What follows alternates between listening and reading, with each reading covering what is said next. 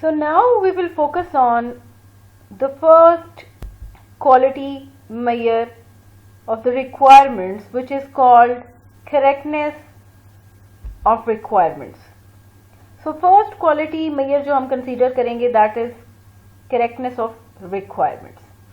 As Davis 1993 states and illustrates, an SRS, which is basically a set of requirements, is correct if and only if every requirement stated therein represents something required of the system to be built. 1993 में Davis ने ये कहा था कि SRS, which is basically जो composed of होती है set of requirements. SRS क्या है? That is a software requirement specification. It is a document. एक ऐसा डॉक्यूमेंट है जिसमें रिक्वायरमेंट्स को और उनकी डिटेल्स को आप स्पेसिफाई कर रहे होते हैं. ये कब करेक्ट होगा? ये सिर्फ और सिर्फ इस सूरत में करेक्ट होगा जब तमाम की तमाम रिक्वायरमेंट्स जो इस पर्टिकुलर एसआरएस का पार्ट है, जिसमें स्पेसिफाई की गई हैं, वो कुछ ऐसा रिप्रेजेंट करेंगी जो उस पर्टिकुलर सिस्टम में रिक्वायर्ड होगा जिसको बिल्ड किया जाएगा. So in order to specify the correctness of SRS, it is necessary by Davis that in every requirement which is stated in SRS should contain something which is required by the system to be built.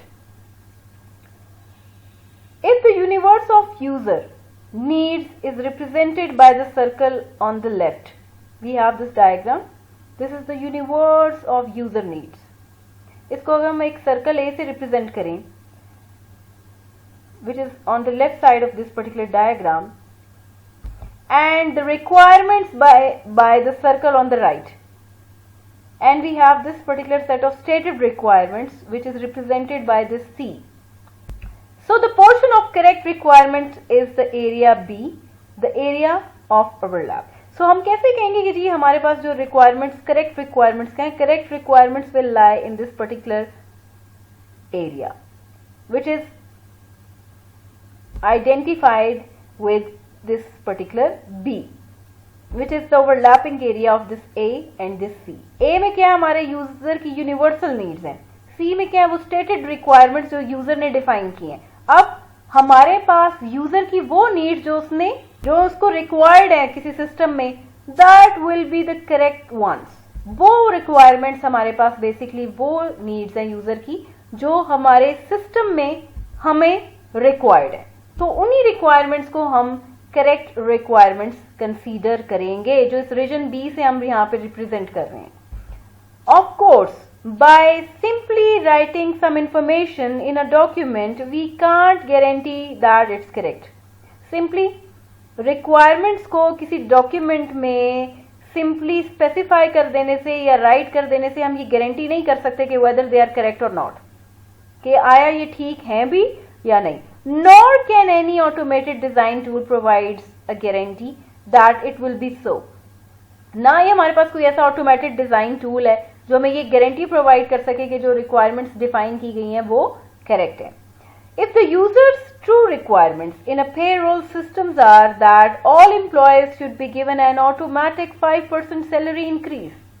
Let's suppose user की जो actual requirement है according to a payroll system, for example यहाँ पे हम एक scenario consider कर रहे हैं, उसमें यूजर की जो ट्रू रिक्वायरमेंट है वो ये क्या है कि पेरोल सिस्टम में उस सिस्टम ने एम्प्लॉयज की सैलरी को ऑटोमेटिकली 5% जो है इंक्रीज करके सेंड करना है to the accounts of employees.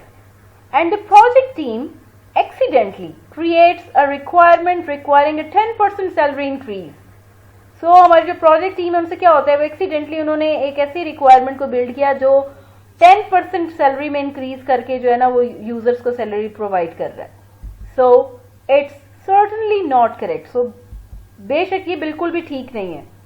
This form of correctness will be verified only by review and acceptance by the user. So basically requirement की correctness की जो ये form है ये सिर्फ और सिर्फ हमारा user ही verify कर सकता है, either by accepting the particular system or by rejecting the particular system.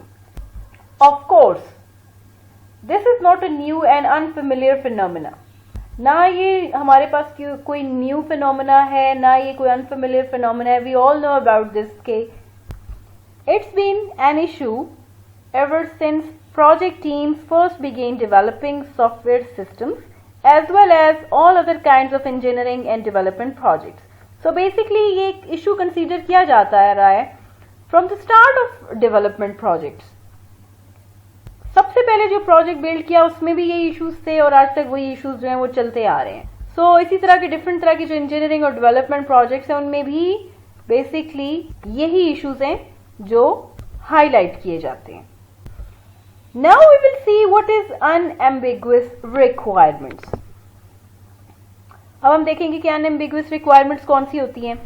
A requirement is unambiguous if and only if it can be subject to only one explanation.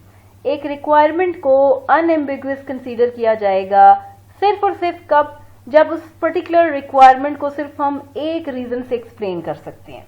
Have only one explanation for particular requirement. कि basically set of requirement में ये process perform किया जाएगा.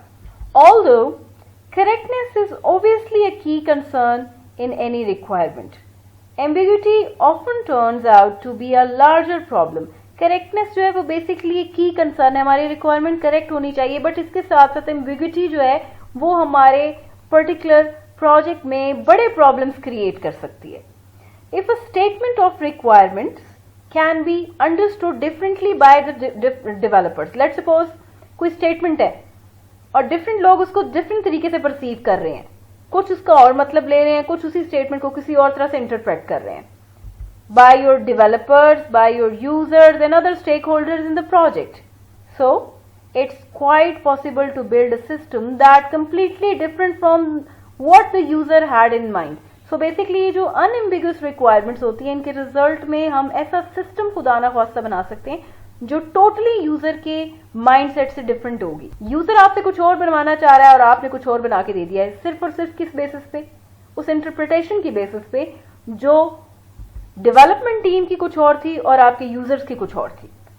सो requirements में ambiguity नहीं होनी चाहिए, वो अनएम्बिगुअस होनी चाहिए, सो दैट कि जिस रिक्वायरमेंट को यूजर जिस तरीके से आपसे बिल्ड करवाना चाह रहा है ठीक उसी तरीके से आप उसको परसीव करें, इंटरप्रेट करें और ठीक वही रिक्वायरमेंट आप बिल्ड करके यूजर को दें.